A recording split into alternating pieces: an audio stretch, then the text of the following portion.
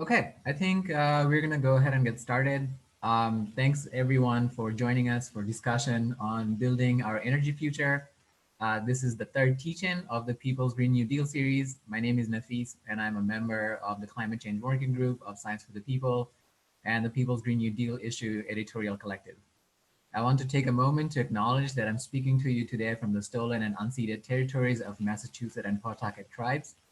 I invite you to join me in acknowledging their communities, their elders, both past and present, as well as future generations. And I invite you to acknowledge the heritage of the land from which you join us today as well, with the understanding that this acknowledgement is merely the starting point for restorative justice towards Indigenous people. This teaching series is made possible through the tremendous efforts from folks of the editorial collective of the most recent edition of Science for the People magazine titled A People's Green New Deal. This is the second issue of volume 23, and the Climate Change Working Group.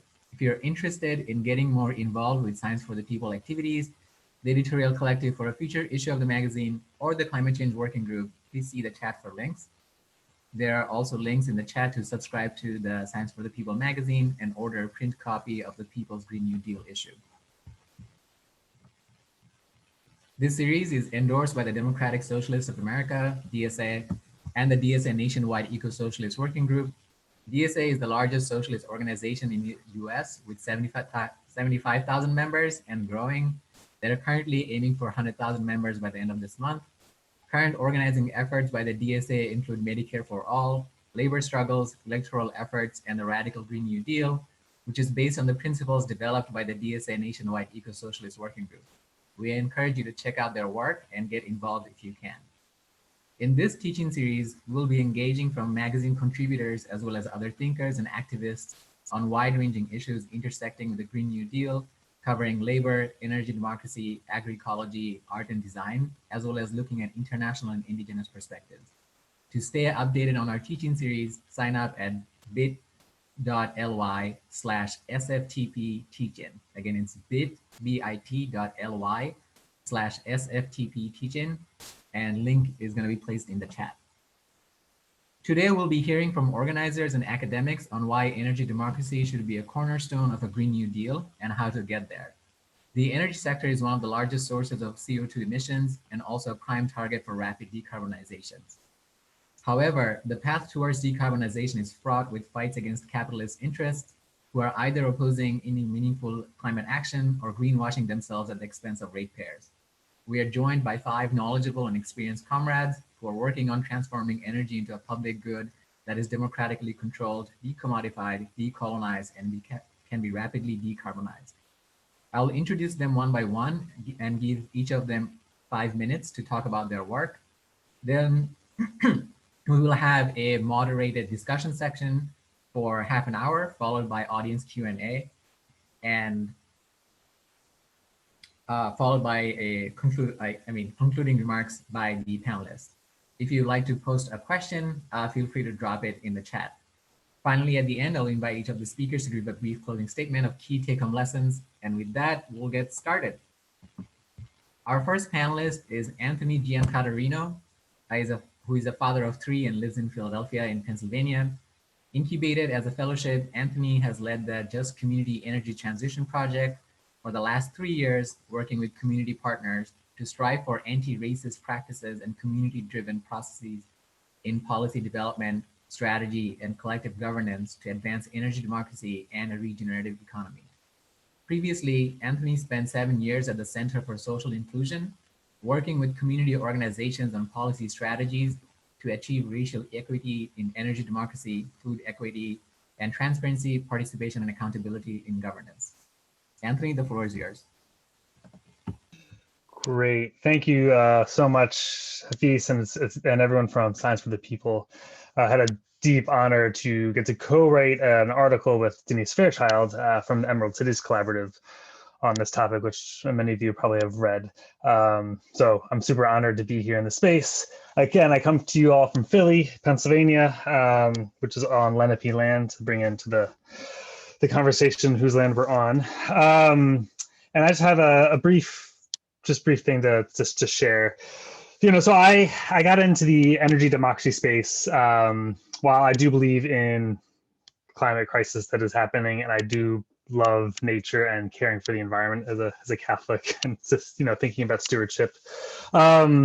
I actually got into this work strictly through thinking about how do we actually find ways to dismantle structural racism. And when I worked at the Center for Social Inclusion, that was the mission of the organization, was to work with communities on the ground who are on the front lines of deep oppression and the layers of oppression, and help support policy strategies to dismantle that oppression and the systemic racism that exists, and create a kind of new society, a new economy, one that is rooted in justice, equity, love, and compassion. And we were working, the organization, I should say, is right before I got there, but the organization was working with landowners in South Carolina, mostly Black farmers who were losing their land, or you could also say that the land they had was stolen based on racist lending practices from the USDA, deep gentrification and displacement of folks due to corporate ag farms and development. And they were trying to figure out, how can we maintain our lands? How can we maintain this opportunity for our future generations to be able to have wealth, to be able to actually partake in this country's economy? And they came up with a very simple and very strategic and smart solution. They're like, we have land, why not do community-owned wind? Why not do community-owned solar?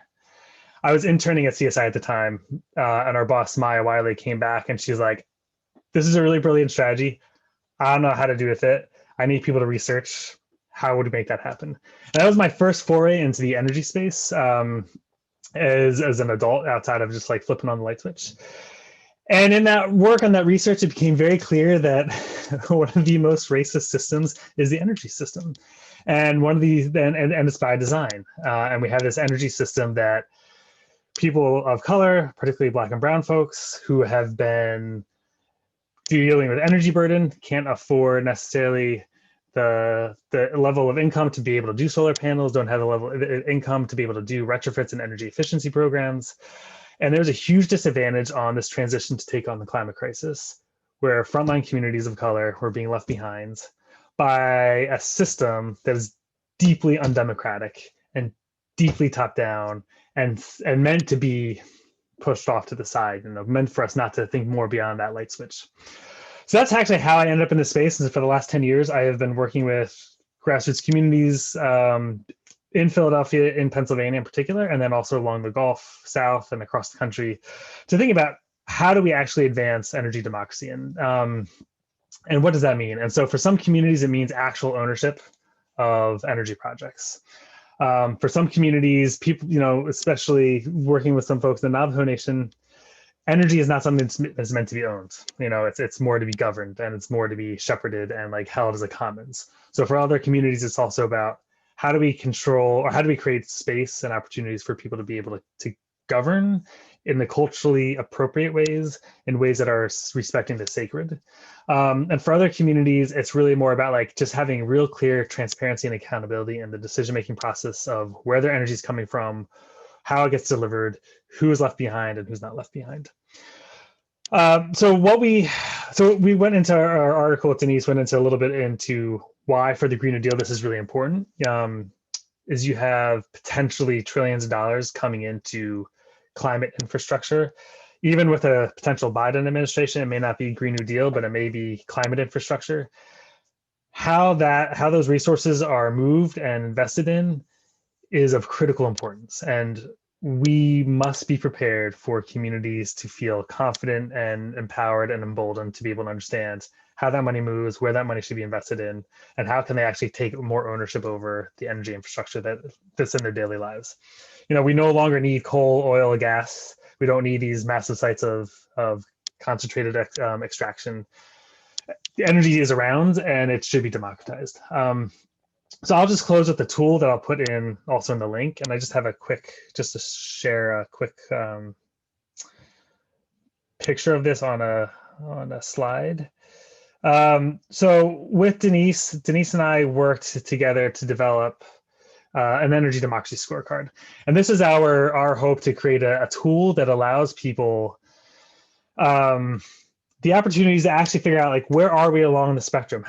What are the questions we need to be asking to think about, how do we ensure that that we can actually create governance on an energy democracy system, or an energy system to create energy democracy. So I'll put the link here on like where you can find these resources, but we worked with about 45 different networks and organizations, frontline communities, city, rural communities, suburban communities, indigenous folks, people in Appalachia, to kind of really try to hit a cross section within the United States to think about like, what does energy democracy mean? How do we define it? And then how can we actually take the strategy and the steps to move towards there? So the flip book is like an interactive flip book that's very simplified, really good for like organizing in communities. And then the matrix is a little bit more of a detailed, comprehensive context of like, here's where your energy comes from, here's where you need to go. And in that process, the thing that I think makes energy democracy really appealing and exciting is it's not, at the end of the day, it's just not about energy. It's about taking on social justice issues, ending environmental racism, to ending energy burden, really thinking critically around how race and class intersect to create systems of oppression and blocks, and how the energy system has really done that. So part one of the toolkit is really actually looking at these social justice issues of class and race and different elements of oppression. And where are you on that map? And then how do you kind of move forward? The second then is looking at the moral economy. So energy and economics, as we all know, is deeply tied. Pennsylvania is really deeply connected in this election. So thinking about how do we actually shape an energy future that actually also is one that's rooted in a moral economy, that's rooted in cooperative economics, that's rooted in creating for communities wealth building opportunities. So there's a bunch of metrics in there that look into that. The third category is actually the type of energy we get. Seems kind of obvious, but there's lots of gray lines around the energy system. A lot of people can agree on fossil fuels being bad. It becomes a lot more conversational when we talk about different technologies. There's people all on the map around nuclear.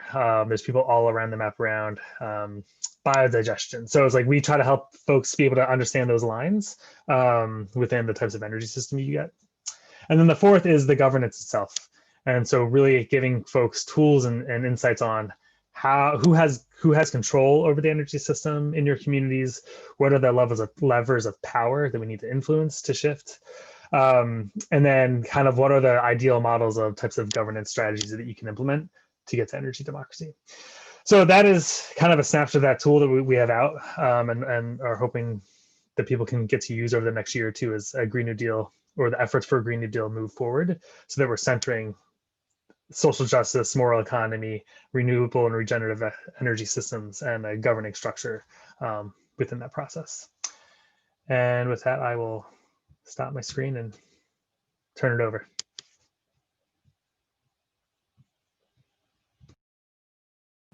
Thanks so much, Anthony.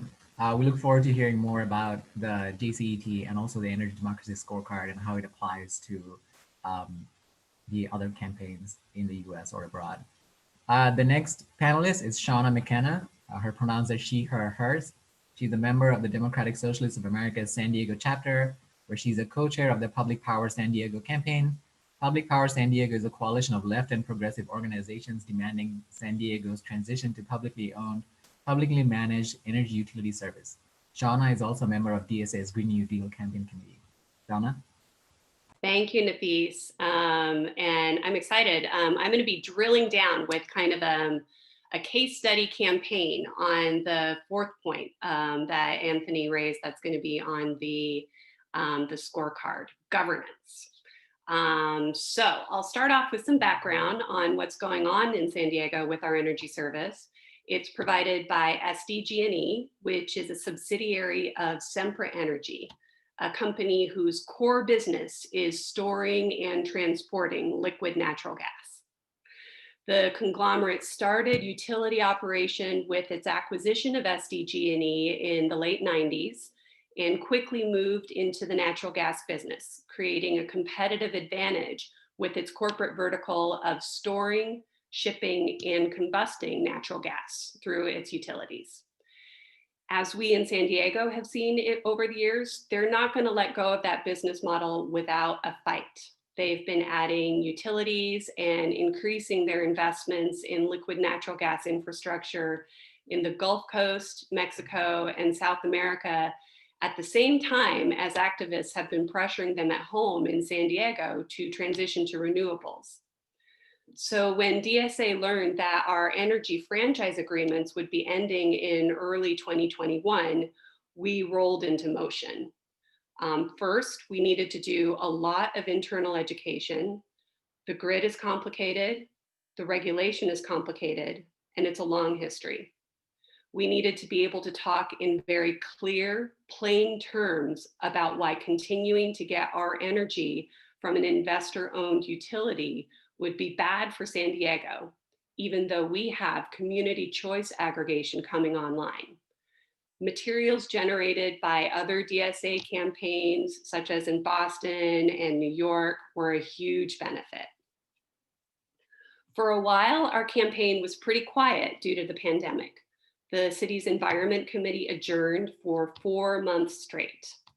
Activists lobbying for better franchise agreement terms met and gathered and waited.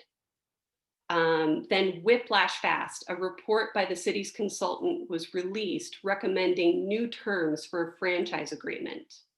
And the Environment Committee was brought out of hibernation to quickly ratify the proposed terms, which, as leftists expected, really sucked.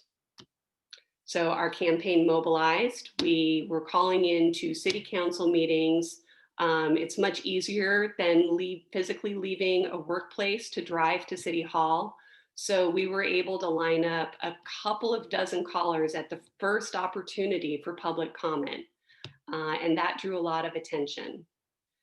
That attention galvanized some activists who were dismayed to see the city moving ahead without any apparent care for public opinion.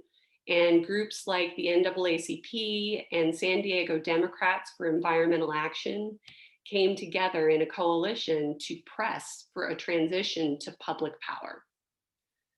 We got a huge win when the city council voted down its approval of bid terms. But it turned out the mayor didn't need city council's authority to move ahead, so he did so. He removed the one provision in the proposed terms that SDG&E had called a deal breaker in the press, and he went ahead and put it out to bid. However, the agreement does need a 2/3 city council majority to approve a bid. So we're now waiting to see what the council president decides to do. And I'll be really honest with you, we have no idea what's going to happen. She is running for Congress. The election is just in a week. She could delay until the next city council comes online. We really don't know. What we do know is that we brought conversation about decommodifying our basic energy needs out of the realm of speculation and into public discussion. News coverage a year ago in San Diego treated municipalization as a remote and extreme option. It's now a staple of all coverage about the franchise fight. Our messaging in DSA has focused both on the absurdity of expecting a fossil fuel provider to transition in good faith to renewable energy, and the fact that SDG&E earns $330 million in profits every year. $330 million that could go to lower rates or energy retrofits or more rooftop solar. We don't know what the next few weeks will bring. And we're really right there waiting. The bids were due Friday. So they're there with the clerk waiting to see what happens. But we're really proud that we have moved San Diego's political imagination undoubtedly to the left. And it's a move that we're going to need as the fight goes on.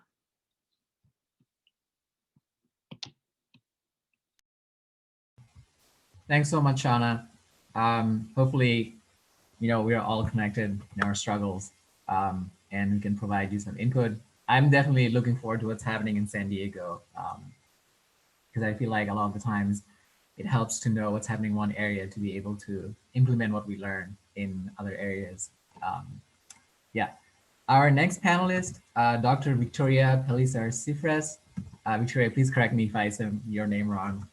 Um, has a long research and activist trajectory in the field of energy cooperativism and energy poverty. She is an energy officer in Valencia City Council in Spain, researcher and teacher at the Universidad Politécnica de Valencia, an activist in the renewable energy cooperative Som Energia. She has been president and member of the governing board of Som Energia for the last 5 years, and she's fully convinced that bottom-up initiatives like the one of Som Energia are actually generating alternative spaces for the radically different world that we need. Victoria? Thanks, Nafis. Well, I share 3 slides, okay? I share my screen because, well, hello to everyone. Thank you. And because I'm not native speaker, sorry for my English, so I prepared these 3 slides in order to help you to follow me and understand me. Okay. Can you see them? Okay.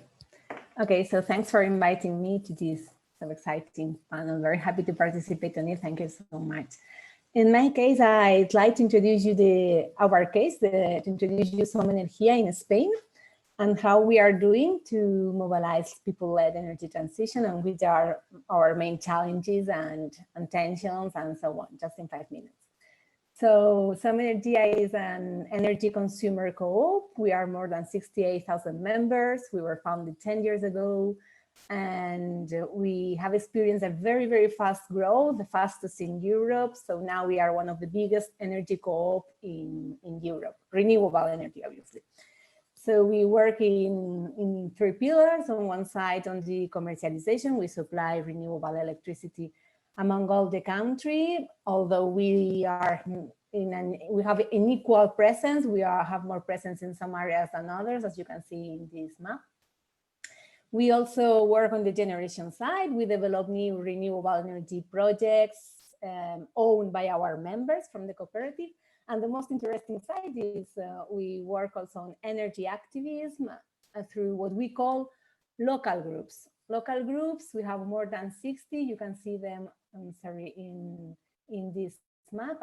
They are around all the country in Spain. And these are groups of activists of all of them are activists. They are self-organized groups that they develop campaigns and conference, debates, policy advocacy on their cities, on their towns, on their neighborhoods. So let's say that we work in 2 levels, on the national level, but also on the local level.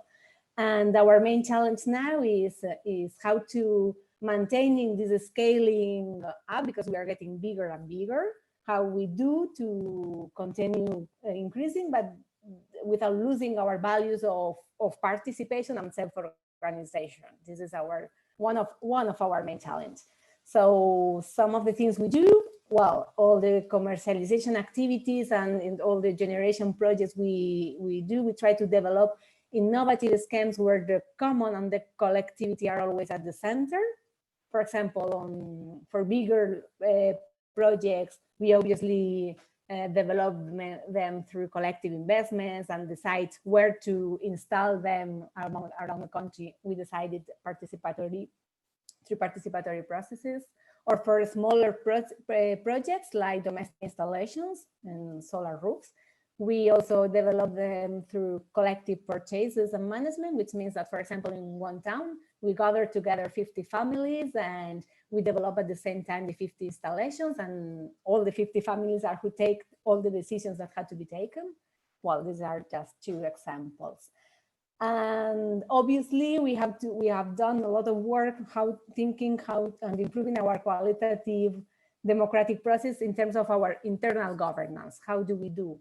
So we have defined what we have drawn this democratic calendar. It's an annual calendar, and during all the year, we mix physical and digital encounters. We have, for example, these 3 physical encounters where all the most activist members of our co-op get together in the assembly, in the local groups meeting, one training at schools.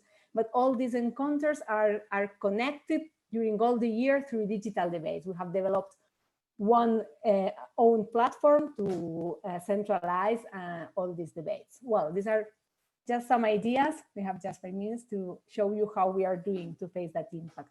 But we have also tensions, and there are some things that are working well and others that are not working so much. And just very briefly to mention some of them, for example, we know these all digital tools that we have developed facilitate participation now that we are so much people, but at the same time are excluding some individuals who have not access to these or have not the training to access to these digital tools, for example, or our local groups, which are one of our treasures because it's our activist soul.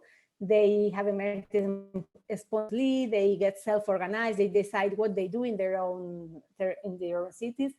They emerge from the bottom up, but this results in an unequal distribution in the territory. So we ask ourselves, should we promote a top-down strategy to get emerged more local groups in some specific areas, or just go against local groups' spirit? I don't know. We're thinking about that. We have experienced this fast growth. We are aware of that, but we are aware that we arrive just to middle classes. So we are on one side defending the right to energy, but at the same time, we know we are not an alternative for people, for example, living in energy poverty. So how do we do? No? Anthony mentioned that we have to have these lenses of class, race, gender, etc. So this is a tension we have in our code. And well, some other two, we want to arrive to mobilize rural areas with our projects, but when we arrive there, we obviously find rejection because they affect rural activities, rural landscapes. So we are now starting to have this dialogue with people from rural areas to decide together how to do it. Well, or just to end, we have done a lot of effort to improve the quality of our participatory processes, the quality of our debates, direct democracy, deliberative democracy, etc. But that has not been always accompanied in an improvement of quantity. So what's happening there? Is it important? Maybe it's not so important. Well, I leave it here because this was just to give you a broad picture of our co-op and our reflections, and maybe in the debate, if you want, we can go further to some of them. Thank you very much. Thank you, Victoria, for sharing your perspective from across the ocean. Next, we'll also have another internationalist perspective from Lala Piniaranda, who coordinates Latin American trade unions at Trade Unions for Energy Democracy and is a co-founder of Science for the People, New York City. She's the Americas co-chair for the DSA International Committee and previously worked with unions in Colombia on agrarian reform. Lala? Hi, everyone. So yes, thank you for organizing these amazing teaching sessions. I am based in unceded Lenape land in Uptown Manhattan.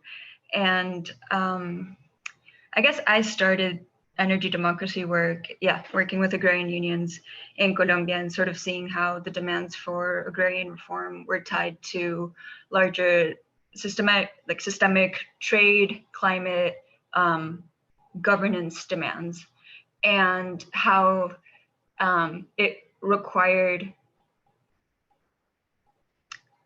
how negotiations with the state were often frustrated unless we had sufficient bottom-up power to create the futures that we wanted. I think this is a really exciting topic for a panel, to talk about the energy futures that we're fighting for. So yes, I coordinate the Latin America work of Trade Unions for Energy Democracy. Trade Unions for Energy Democracy, also which goes by TUED, is a project that counts with the participation of about 70 unions in about 25 countries. And I'm going to share a slide, but I think I'm not host yet. If you could make me host, please. But in the meantime, I'll just go into the work that we do. So TUED fights for the public ownership and democratic control of energy. So we work with unions across the world to identify common patterns, common enemies, and common organizing strategies. Of course, each context has its own specificities, both regionally, nationally, and locally. So we think that workers know their contexts best. We often have these climate scientists who have wonderful insights into the overarching latest developments in the technical debates or the climate science debates, but we think that that information has to be complemented with the insights of communities and workers that know the energy system, that know the energy needs and demands that they're fighting for. And so they need to complement one another. And TUED does a couple of things. I think I'm still not host, but I'll just go ahead and pull this up from my screen. So we have three main lines. The first is TUED is a platform essentially for trade unions, again, from all sectors, not just the energy sector, or rather we have an approach that highlights the ways in which all unions, all sectors are fundamentally energy sectors. And I'll get into that later. But from all sectors and countries to debate, develop, and promote real solutions to the climate crisis, to land grabs, to energy poverty, to the pollution generated by fossil fuels. And these are solutions that can build unions, worker, and community power, and of course, advance environmental and social justice. So that's sort of the first basic thing. The second is to develop educational materials to distribute via electronic bulletins or global forums where all the participating unions come together and have an exchange of their updates on their current struggles, campaigns, strikes, and sort of feed one another's programs in that way. We convene meetings, of course, and working retreats that encourage debate. So this is like a big thing, the promotion of debate, because often the neoliberal discourse of a green capitalism or of a neoliberal transition to energy corrals the limits of our debate. And so it's sort of going back to what are our needs outside of what the market needs. What we see over and over again is that when we work within the logic of capital to attend to an energy crisis caused by the logic of capital, we end up jumping through hoops and doing somersaults and bending over backwards to guarantee ultimately what are full cost recovery or profit maximizing needs of the private sector, of companies, of course, obviously always at the cost of frontline communities, at the cost of the public purse. And the importance of debate that departs from that logic, I think is something that is missing. We need to get into the limits of our own possible solutions, explore flaws, loopholes, and also create coalitions, be critical of the proposals that we're putting forward, and sort of align objectives, long-term objectives with immediate term strategies. So TUED develops these educational materials, usually in the form of working papers. There's 13 out now, and they're, longish, 100+ page documents typically, but also shorter electronic bulletins, or again, working retreats, as I mentioned. And then the last thing is connecting the energy democracy agenda to union struggles and campaigns in ways, of course, that build broad membership engagement, increase worker power, and facilitate solidarity across movements that share similar goals. So that is TUED's work in a nutshell. Hey, can I, sorry to interrupt you. You're a co-host now if you want to share slides. Okay. So sorry about that. Okay, no problem. I'll actually just kind of wrap up quickly. I know these are the introductory remarks. So again, to be concrete, TUED is an intersectorial labor project. We work with unions beyond the energy sector. And I can't stress this enough. It's not an exaggeration to say that energy transition relies just as much on coal worker unions from Appalachia as it does on, and I'll name a few examples, for example, independent railway worker unions of India, the Amalgamated Transport Workers Union of Uganda, the Federation of Teachers of Puerto Rico, the Women's Agricultural Union of Bolivia, the Teleworkers Union of Chile, which is beautiful, the Waste Pickers Union of Colombia. A very unique example, which I encourage everyone to look into, is the Energy Consumer Association of Mexico, which pairs up with the Electrical Workers Union, and they have a really effective coalition.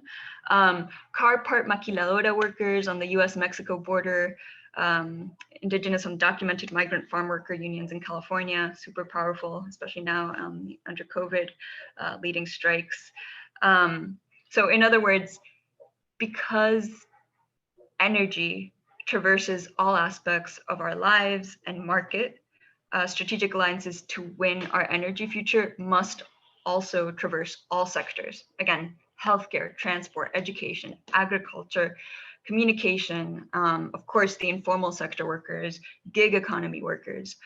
So that's one of the things that TUED does, sort of identify common patterns and do coalition building across unions, across sectors, across boundaries. And in that sense, TUED works as the link between researchers, climate scientists, engineers, frontline communities, and of course, workers of the world. And I'll leave it there. I'm really excited for the questions and to get into some of the visions for how we win this energy future. Let me see. Yeah, I'll leave it there for now. I guess I should add one quick thing, which is that, you know, as a member of Science for the People, I think that the radical science analysis that SFTP brings to this work is really important.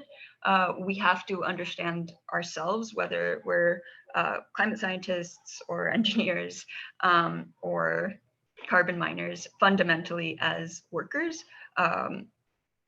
None of this sort of blue collar, white collar division of I'm not really a worker, but you know, whatever.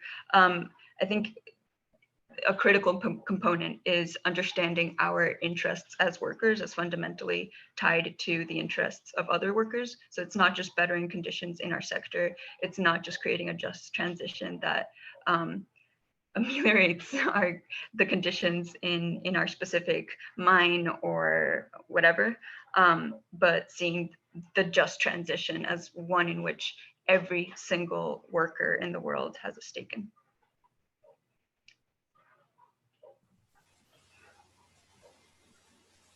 Thanks so much, Lala, for that really good analysis of how energy is wrapped around all of the aspects of our lives, and also bringing in that Marxist analysis of commodity production. Love that. Our next panelist is Chris Kramer. He's a Minnesotan currently residing in Boston, Massachusetts. He's a co-chair of the Boston Democratic Socialists of America's Take Back the Grid campaign. This is also my primary organizing grounds, so shout out to my comrade, Chris. And he mobilizes along the promise of energy democracy. Although he originally gravitated toward the intersection of climate, conservation, and recreation, Naomi Klein and a trip to the Socialism 2019 conference changed his perspective. Chris believed that decolonizing movements for environmental justice and land return are crucial to a Green New Deal. He's new to organizing work. Chris? Hi, well, I am really excited to be here and being given the opportunity to share some of my experience in the energy democracy mobilizing world, and I'm excited to get to some of the moderated discussion and question and answer because everything that's been said so far is so intriguing, and I have a lot to learn. But I'll just give a quick rundown of the energy and regulatory landscape of Massachusetts, a brief description of our campaign, Take Back the Grid, and then a focus, kind of a look into some of our accomplishments, some of our work, and some of the wins that we've had so far. So over 75% of all electricity in Massachusetts is provided by 5 investor-owned utilities. There are about 41 municipal light plants, 4 of which also provide gas to local residents. And non-municipalized utilities are regulated by at the state level by the Department of Public Utilities. They have different names in different states, usually Public Utility Commission, PUC, is another common name. And there are 3 commissioners at the Department of Public Utilities, all appointed by the Secretary of Energy, which are then approved by the governor. So these are unelected positions that really govern the energy and regulatory space in Massachusetts. And then the last point I'll make is that electricity markets are governed by and managed by the New England Independent System Operator. So this is a body that is primarily concerned with reliability in New England states, and they have little to no commitment to meet or fulfill regional climate goals developed or enacted by local states. So there's a constant tension there. As far as Take Back the Grid, I've been the co-chair since the summer of this year, since COVID was really at its peak. It started as a priority campaign for Boston DSA in 2019. It was, I would say, largely inspired by nationalized grid public power campaigns in New York City and the long history of public power on Turtle Island, also known as the United States, and around the world. We are centered on what was already mentioned, the 4 Ds of energy democracy. We're really concerned about democratizing, decarbonizing, decommodifying, and decolonizing energy. And we use those words very intentionally and recognize that they often can be diluted. So we try to stay true to those 4 Ds of energy democracy as much as we can. And our 3 kind of short-term goals or immediate kind of strategies are no new rate hikes, no new fossil fuel infrastructure, and a strategy with labor. So in the last, since I've been involved, but going back to when we started as a priority campaign, we've participated in direct action, mailing, social media, and phone blitz campaigns in support of 2 major environmental justice initiatives in the region. One is a fight against a natural gas pipeline compressor station on the South Shore of Massachusetts in Weymouth. And the other is against a substation in East Boston near the Boston International Airport. So these are environmental justice communities, and I'm happy to go into a little more detail during the question and answer. But those are coalition they're coalition groups and efforts that we're really wedded to, I would say, and really define our work as being hyperlocal, but also having international implications. I mean, a gas pipeline compressor station being built in Massachusetts has the potential to, move gas all the way up to Canada or Nova Scotia to be liquefied and transported around the world. Despite the objections that this major fossil fuel company has to that suggestion. We also engage in a lot of energy democracy, political education. It's something that the energy systems are made to be much like many other industries, made to be overly complicated as to reduce the public's awareness and understanding and agency over those systems. And so we think political education is incredibly important. With the help of Science for the People, we've supported and promoted town halls on other substation proposals for example, a densely populated and expensive part of Cambridge, Massachusetts, and the role of high voltage DC transmission lines in our distributed and renewable energy future. We write blogs on latest developments in the energy regulatory space in Massachusetts, and we particularly focus on this Department of Public Utilities because it's such an opaque body that really appears to be responsible or responsive to no one, to everyone but the investor-owned utilities, and they work in tandem. And there's, as many people have likely seen, a revolving door between industry and the public sector, which makes it really challenging to move the needle on climate issues. Our current priority, I'll just end by naming a few of our current priorities and wins. We internally during COVID, we're trying to grow and engage new members in the campaign, as we are no longer a priority campaign for Boston DSA, and just really focusing on the intersection of utility shutoffs and tenants' rights during this period where, evictions we're going to be seeing a wave of evictions, not just in Massachusetts but around the country. And they've already started. So I guess I'll leave it at that. I've mentioned, I would say some of the wins that we've had are really expanding engagement and the translation services available during hearings and listening sessions held by the Department of Public Utilities that concern all of our energy futures.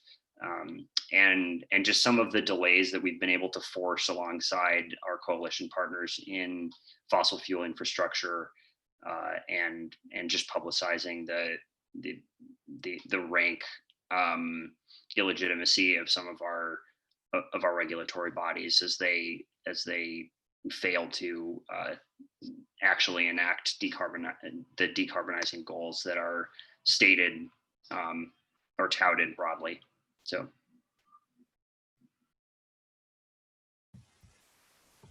Thanks so much, Chris. And thank you all the other panelists for your introductory remarks. We're going to move to the moderated discussion portion of this teach-in. The moderator for this section is Ben Allen, who's a member of the East Tennessee chapter of Science for the People.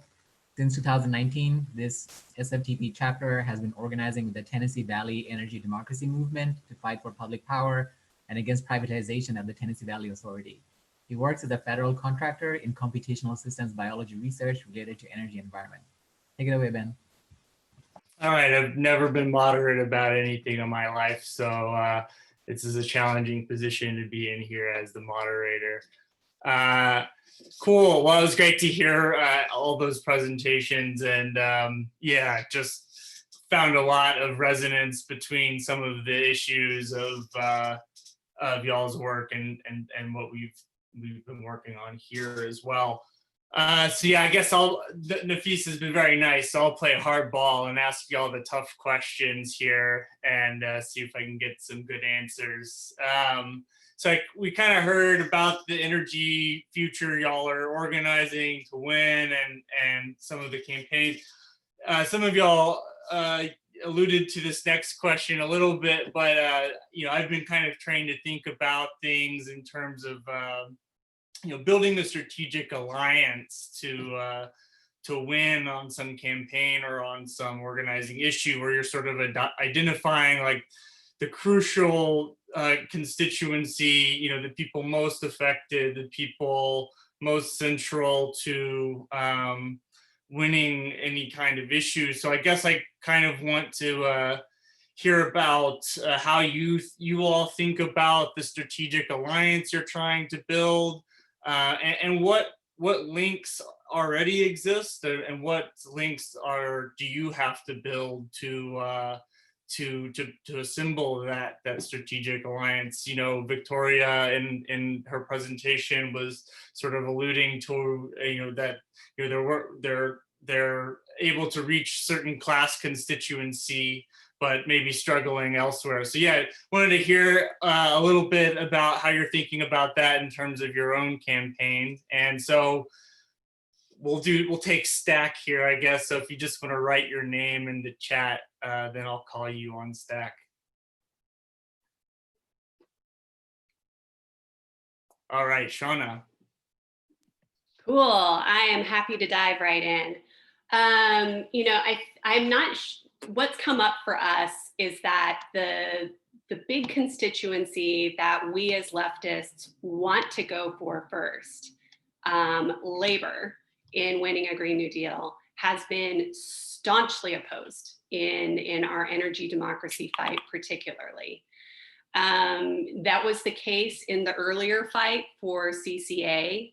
It's complicated, but this particular union, and honestly, a lot of utility unions in the building trades, see their interests very closely aligned with getting a good and stable and reliable deal for their, for the investor-owned operator. So people are experiencing that all around the country. What I feel like has been a success for us in the short term has been a softening of some of the really impenetrable discipline across labor. So this is, it's just one union that's implicated, but they have been able to line up everybody, across the Labor Council in San Diego. That's softened a little bit. We just got an endorsement from our San Diego Green New Deal Alliance for our position. And in that endorsement, we heard favorable support from one of the non-trades unions, but that's still a step forward, and the endorsement carried. So we need to keep working on this because I think that our strategic alliances really need to be with working class institutions. This is a class fight. And I know, that we'll probably be talking about this in general throughout this conversation, but the climate movement hasn't always understood these fights to be class fights. And so we actually, I think, have a better chance with working class institutions, whether they're even if they're not traditionally within the climate movement, than a lot of organizations that are just strictly focused on decarbonization and conservation. Excellent. Thanks, Shauna. Anthony? Yeah, it's Shauna. That's awesome. That's following right up on that. I'll talk a little bit about the Pennsylvania work. So Pennsylvania is like 7 states within 1 state. And so in addition to the labor conversation that Shauna just named, which is we're in that exact same challenge. Pennsylvania has this really stark urban-rural divide, and all the extraction is mostly in Western PA, Southwest PA, rural communities. All the refinement and pollution and exportation tends to be in Southeast PA and cities. So we all live along this energy infrastructure, and the way the industry has divided through a race and class lens, like they understand race and class very well around power, where to Shauna's point, the climate decarbonization folks not always have.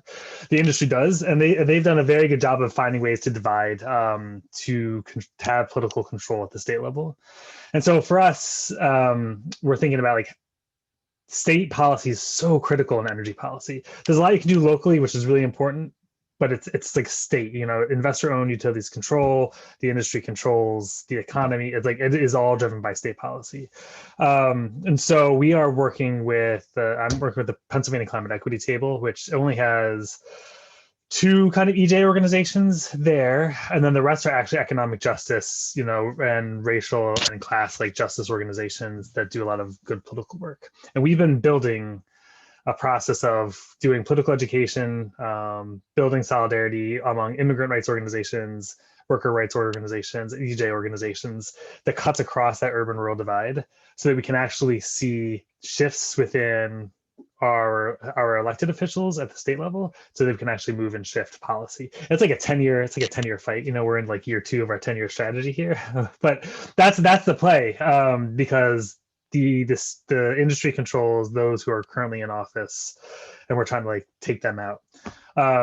So it's a lot of that is like doing that urban rural connecting and helping people to see the commonality. And so that class lens is really, really critical. And then showing how race is being used as a way to wedge along the class is like the second piece of that conversation that we've been doing. And we're getting some success, and I'm hoping, in the next couple of weeks, what comes out about the election with Pennsylvania is that, some of that work that's been happening over the last couple of years, those inroads are being made. Thanks, Anthony. Victoria?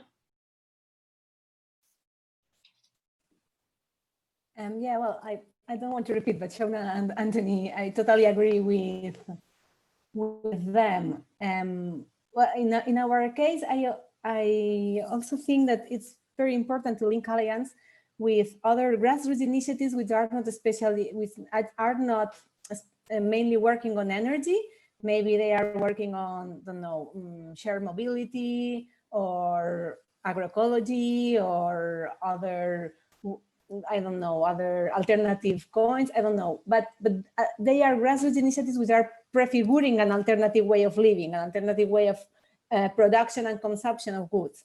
So at the end, they are also, I mean, if we link these bridges with them, we have more power to define a new scenario, a new way of producing goods. And then I don't know if you understand what I want to say.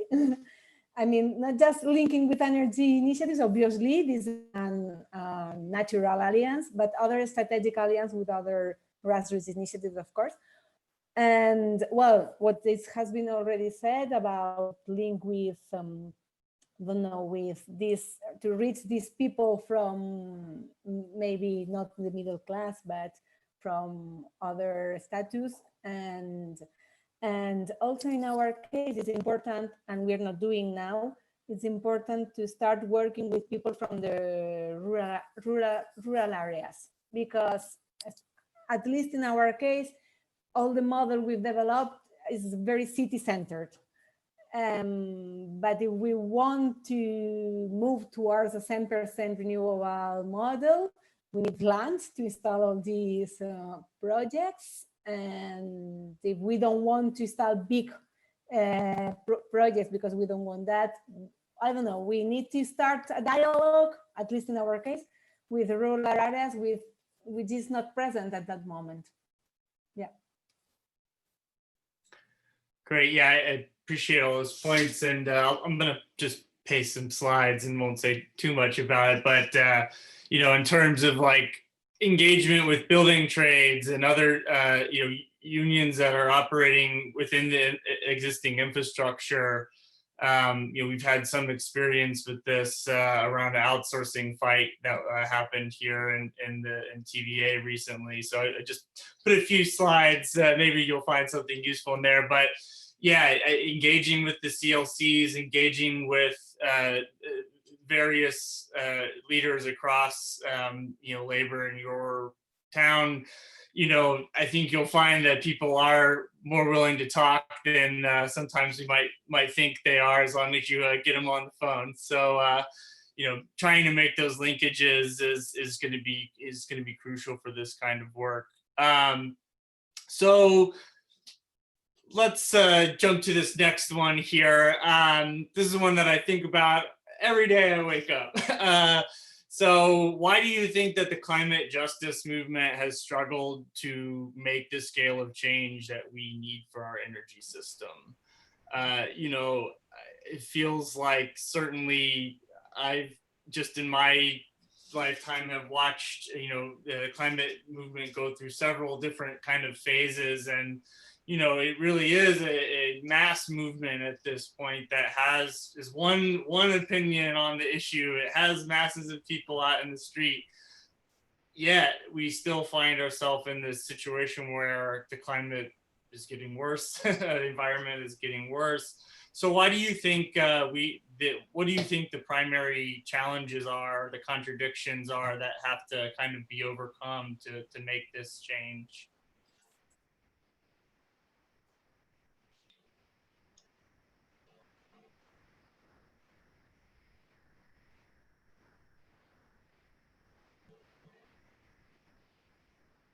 It's a tough question. All right, Shauna, go for it. Sorry, I don't want to take up too much space. So I'm just going to say, I'm going to repeat myself a little bit from my last comment. This is a class fight. This is a class struggle. And, you know, the climate movement has not treated it as such in any serious way. And they need to. And we need to do that deep organizing that Ben just referenced. I mean, not just to pick up the phone with people involved in labor, But really to continue to have those hard conversations with people who are fighting for the climate, you know, I will hear them, you know, try to say like, we're gonna write a letter to Sempra Energy asking if they could please move to a clean energy model and be a good corporate citizen. And I'm like, that's not a thing. You know, they have a huge amount of power invested in what they're doing, and they're existentially bound to do exactly that. We need to oppose them. And, you know, so I know that like there's been a lot of movement of getting like out in the streets to kind of like show the general demand, but we need to also tell people you need to have the specific and uncomfortable fights in order to bring power to heal. Awesome, thank you. Anthony, you were on stack. Yeah, I wrote, it's funny, as you asked that question, I wrote power, policy making is power making. So again, right on to Shauna on the power. The only thing I'll just add is in the sense of like, you know, I like policy, I like policy strategy. So that's the space I live in. So I think through that lens, but we cede policy making to everyone else, but like, but our own communities, or we don't invest in frontline communities' ability to do policy making is really where the problem is. The reason why I say that is, you know, if we look at, not to critique all the big greens, but you know, the Environmental Defense Fund or Nature Conservancy, like they get billions of dollars each year, and they are seen as the policy experts. So they shape policy. Well, they have a very market orientation to the climate crisis. So that I think is partially why we're not winning, is because we don't come up with the policy solutions. Or no, that's just it. We have the policy solutions, but we are not given the space and power to be able to advance those organizations. So we need to shift funding and resources to frontline groups. We need to invest in the policy capacity of frontline groups to be able to move. Because the solutions are there. Like we know, like what Sean is talking, what they're doing in California, San Diego, they know. Like we already know what we need. We just don't have the investment in our policymaking power. And I think that's where we need to like start making the shifts to happen. I think we will see big shifts when that happens. Yeah, well, you know, I'll share an anecdote, and this leads into the next question. And I think this is from a very recent meeting where I heard someone from one of these big green organizations. I won't name them, but it's really all of them. It doesn't actually matter the particulars. Where we were talking about this fight at TVA, and they said, "Look, I don't give a shit what the unions want." So there you go. That's the attitude problem. Lala, go ahead. Yeah. So, okay. So what are some points of struggle in my organizing work at TUID? I'd say that the first is union co-optation, both by companies and states and parties. And tied to that, the relative absence of independent unions. And that is the product oftentimes of sort of hidden forces, like free trade agreements. For example, Mexico has a very organized working class, very militant, with a long history of militancy, and yet it has about 1% of the unions are independent. That's not because workers aren't enraged or don't have the necessity, obviously, that goes without saying, but because there are these built-in sort of structures to preserve charro unions, company unions, and also party unions. So that's the first thing. The second one is that unions relatedly need to be willing to bite the hand that feeds them. And that's often really hard when unions depend on funding sources or perceive to depend on funding sources for their work, and not relying on the power of their rank and file. Let's see, the third is a bit more complex, but I'm sure everyone can think of examples of this. And it's that our immediate term demands and our long-term objectives have to complement one another, have to go hand in hand. So, you know, it's no surprise that advocates of neoliberalism are extremely savvy at co-opting social justice discourses. And I think a lot of times, for example, with feed-in tariffs, or even with you being real about the limits of cooperatives, or just understanding what objectives are being met. So sometimes some really important political objectives are being met and immediate needs are being met. But we always have to make sure that those are coherent and pushing forward our long-term demands, which have to be informed by the existing technologies, not these like pie in the sky promised technologies that don't exist yet, and also that have to be coherent with the urgency and the scale of the climate crisis. So maintaining that absolutely no life is sacrificial. We cannot sacrifice in the short term for long-term gains, and vice versa. We can't take neoliberal shortcuts. Another challenge in my work, because I have a lot of sympathy with the anarchist tradition, is engaging seriously with the question of the role of the state under capitalism. And as I mentioned, you know, sort of previous experiences with agrarian reforms, we're not going to reform our way into a just transition. We're talking about a transformation on a societal scale, and that's almost it's repeated very often. But I think that has to inform our work. And then I think, just to be very quick, 2 more points. The relative concentration of leadership in unions is another struggle that I bump against in like day-to-day work. We need unions with a strong rank and file, even if the unions themselves are politically independent. Inside, there needs to be internal democracy, political education, and women leadership. And then, and frontline community leadership, of course, always. And then the last point is that, I guess, I don't know, the issue of how we're thinking about the sort of means of building renewable energy infrastructure. So it is not all the same, and it does not, it just goes with the principle that no life is sacrificial. So, you know,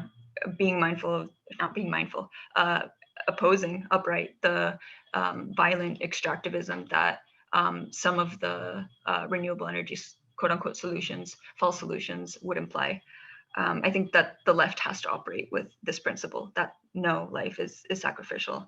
I'll leave it there. Thanks, Lala. So we got one in the chat here. It's a good one. What is the role of public sector union rank and filers, and are there any inspiring stories of progressive organizing within large bureaucratic unions? Anyone want to take that one?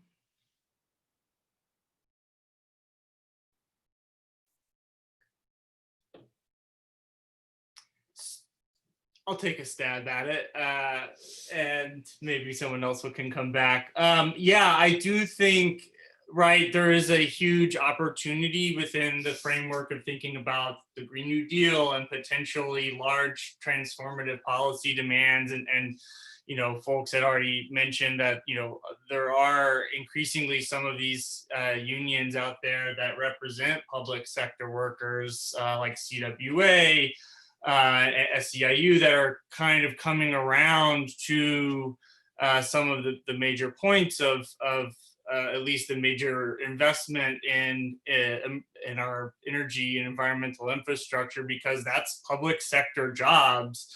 So I think, the inspiring thing to me is that there are lots of, presumably rank and file people in those unions, people connected with between labor and climate justice movement work, who are taking up those points and trying to bring them into conversation with their other workers to think through, like, hey, maybe this seems like this benefits us, right? That we might have a major expansion of public sector work, which means potentially more union jobs. And, we'll see what happens in terms of the federal administration in the next couple of days. But, there may be a window that opens up for, pushing on this point of demanding investment in energy and environmental infrastructure, and supporting the growth of strong union jobs as being the basis of carrying out that work, and across the board, right? Whether that's in healthcare or directly in the energy sector, education, and so on. Any other inspirational, and maybe I'll just connect that to the other question I was going to ask. Like, are there any experience or anecdotes, things that you've encountered in your organizing that just, have shaped your thinking on this question? Like, any one-liners from the public that stick with you?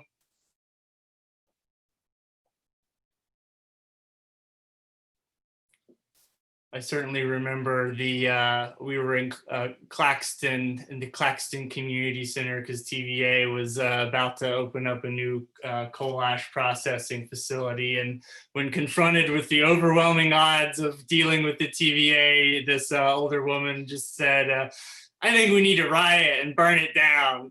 So I take her energy with me always. Chris, go for it. Yeah, I've just been listening and trying to gather my thoughts on a few of the past questions. But to address Amy's question, one I'll more answer the first question than the second. I can't say I have inspiring stories to tell about the role that larger bureaucratic unions in Massachusetts play. This varies from state to state, but it's illegal for public sector workers to strike in Massachusetts, and so that presents an obstacle. The strike is like the union, one of the union's strongest tools to enact change. I do think that there is room internally for, we see as the state has been hollowed out over the recent decades. And bits and pieces and responsibilities that used to be taken up by the state have been auctioned off and kind of taken up by private industry. I think that the role that bureaucratic unions and just large public sector, collections of public sector workers can take is to think of the challenges that we face in as far as climate. Addressing the myriad of factors that are presented to us with the climate crisis, and how we can maybe how public sector workers can take back some of those responsibilities and push back against the notion that the public sector is not a space for meaningful kind of change, I guess. And I just wanted to, touch on a challenge that I think that we've had as Take Back the Grid, and one that we continue to strive for. And it's great to hear about some of the successes that, but also challenges that someone like Lala has had with unions. I would say we're mostly amateur organizers. We don't really have any formal training among us, and so we're simultaneously trying to grow this project of Take Back the Grid, and also keep people engaged with real external priorities. And so I think attending picket lines, there are plenty of fossil fuel workers in the Boston area, and some strikes that have happened recently with paratransit workers, but also drivers who transport fossil fuels that have gone on strike. And the strikes have been short-lived, but we need to be really conscious of supporting those workers who are indirectly, involved and supported by the fossil fuel industry, but ultimately taking a worker first approach. Awesome, thanks, Chris. Victoria?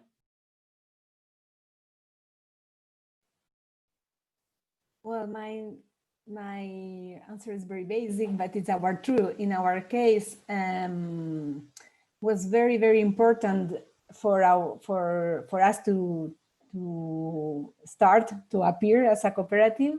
Was on one hand the activist and the cooperativist tradition that had the members who founded the cooperative at the beginning, and on the other hand was very important our interaction with other European countries where these co-ops as ours existed at that moment, while in Spain 10 years ago we had not this model. So to be part of these international networks, let's say, because one of our founders was from other European country, from Holland.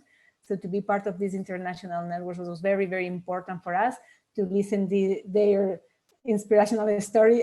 Their stories were inspirational for us to be born, let's say. For sure. Lala, did you want to go again? Just very briefly to mention some examples from Latin American unions. So Colombia has a super fascinating example. As you may know, we are supposedly in the midst of the implementation of a peace agreement that was signed, 9 years in the making, signed 3 years ago. And it was interesting because, I'll be very brief, something I'm really interested in. You had these two opposing political characters, Juan Manuel Santos and Álvaro Uribe, sort of promoting apparently like extremely different political agendas and perspectives. And the one thing that they agreed on was the need to attract investment for the mining industry, for mining investment, right? So which is a massive deal along the Andes, Peru, and which intersects with water rights, etc. But so Juan Manuel Santos had this image of peace and social justice for mining investment. Like, we need to end the war for mining investment. And it was really difficult to negotiate either with a hawk government like Uribe or with this neoliberal government dressed in peace, dressed in white, but that fundamentally wanted a similar development model. And like, you can see the parallels in every country around the world, which is why I think it's relevant to bring up this example. Strike after strike would end in frustrated agreements. And so the union movement and social movements were like, fuck it, we need to increase our pressure from below, right? So led by the Petroleum Workers Union, La USO, they had a series, I think over the course of a year and a half of town halls, essentially, on energy transition. And especially in oil-rich regions. And the product of those long, in-depth sort of community town halls it culminated in this national conference in which 1,300 organizations participated. These were lots of unions, but also social movements, indigenous organizations, Afro-Colombian organizations, and again, on all scales, national, regional, local, which was really important. And this was in 2015. And from that conference, they founded, and I'll just wrap up, what is called La Mesa Minero-Energética Social y Ambiental para la Paz. Well, one of these long names, but that is essentially it. And it operates within, so it has this like base that was built on town halls and has representation, but essentially what do you call this, like are cooperating with the opposition bancada, which is like a left progressive party, whatever, in Congress. Not a party, the bancada, the joint coalition of parties, of left parties, to have the option, the possibility to do congressional hearings. So like, okay, fine, you're not going to sit down with us because we closed the Pan American to negotiate. We'll find another way. We'll build a bottom-up movement, and we will hold congressional hearings, public hearings, around these debates. And so, for example, La USO has this law project, a bill of using the oil funds to fund the energy transition. Lots of countries have this model, but there was no other way to get into these debates, both bottom and congressionally, other than to build this massive, again, 1,300 power. And just like that, there's so many examples. From Puerto Rico, we have Junte Gente, Queremos Sol, Auditoria Ya. In South Africa, ESCOM is a really powerful example, but I just wanted to mention the Colombian case study. That's really, really interesting. Thank you for sharing that. Okay, well, I think what we'll move to do now is start to do some closing remarks from all the panelists, and I'll sort of tuck one more question in that may inform your closing remarks, since we're with the Science for the People here today. What role do scientists and technology workers and researchers, what role do you think they play in this kind of in making this change? And of course you don't have to answer that, but maybe something to keep it topical as we wrap it up. With that, I don't know, Nafis, do you have suggestions about that? I guess we can just go down the list here with everybody. Sure, we can start with Anthony, and then follow the same order as we did the introductions. So, or if somebody needs to leave earlier, then that person can also go first. I'll let the panelists decide on that one. I'll be real quick. So I think, one, I just appreciate the opportunity, and thank you everyone for coming and participating. And it was great to learn from you all. So I appreciate that opportunity as well. I would just say, the role of science, I think there's this funny thing around energy democracy and participatory policymaking, and really trying to think about how to do community-driven solutions. And a lot of times expertise is a funny word that gets used, and communities are not seen as having expertise, and scientists are, or policymakers are, or lawyers are. And I feel like we need both, right? So we need the expertise of community to be paired and matched with the expertise of scientists working together hand in hand. So we can't have science for the sake of science outside of community expertise, because I feel like sometimes what happens is we get these socio-technical solutions. They can be easily market-based, et cetera, et cetera. But communities don't necessarily have the time and resources and energy to have science, to be able to go get a science degree and do this research. So I think for me, the role that scientists have is finding ways to be integrating and working in partnership with communities to shape the solutions that we need, and so that community is deeply informing, and the scientists are able to bring their level of knowledge and commitment to the work. So I'll leave it at that.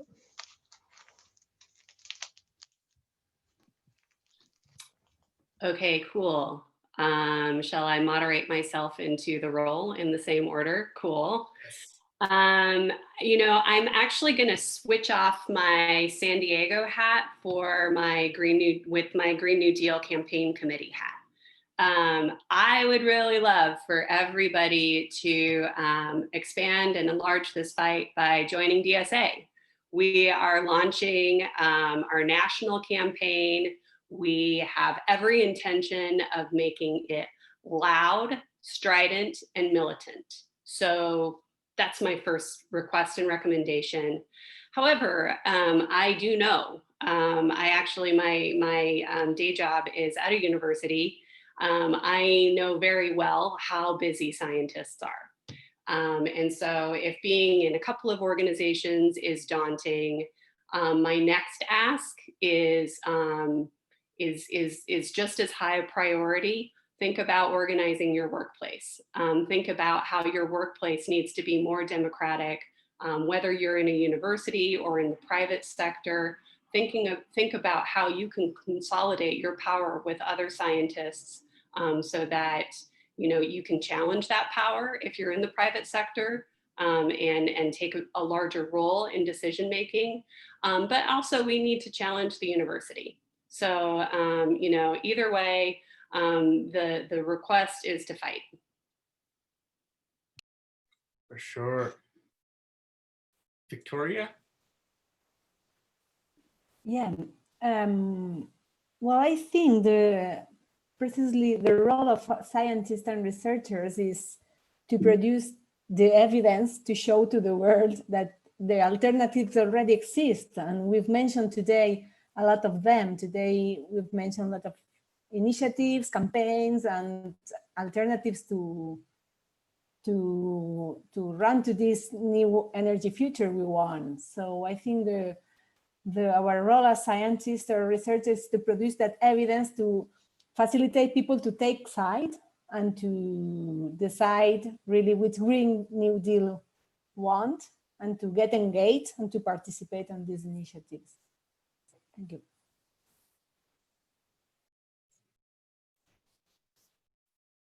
I think it's Chris next. Is it Chris or Lala? I can't remember the order. It's Chris. I'll say it's Chris. Okay. All right. I'll go. Yeah. So I guess I want I want to go back to actually Anthony and Denise's the opening anecdote in their piece, Powering Community or Energy Democracy, Powering Communities Toward Justice and Equity. There's this opening anecdote that highlights the kind of hesitation toward microgrid development that's not equitable or community driven. I think of what I immediately thought of was the history of the Pick-Sloan plan, which I learned about for the first time in Nick Estes's book, Our History is the Future, about the devastation that major hydroelectric energy investment plan had on displacing thousands in the Missouri River or Minnesota basin, to the benefit largely of far-off populations. And so this challenge that we need to reckon with, and that I feel like I'm preaching to the choir. I'm saying things that others in this group have largely acted on more than I have, but is to be prepared for the challenge posed by, on one hand, the need to rapidly decarbonize while not sidelining voices and communities.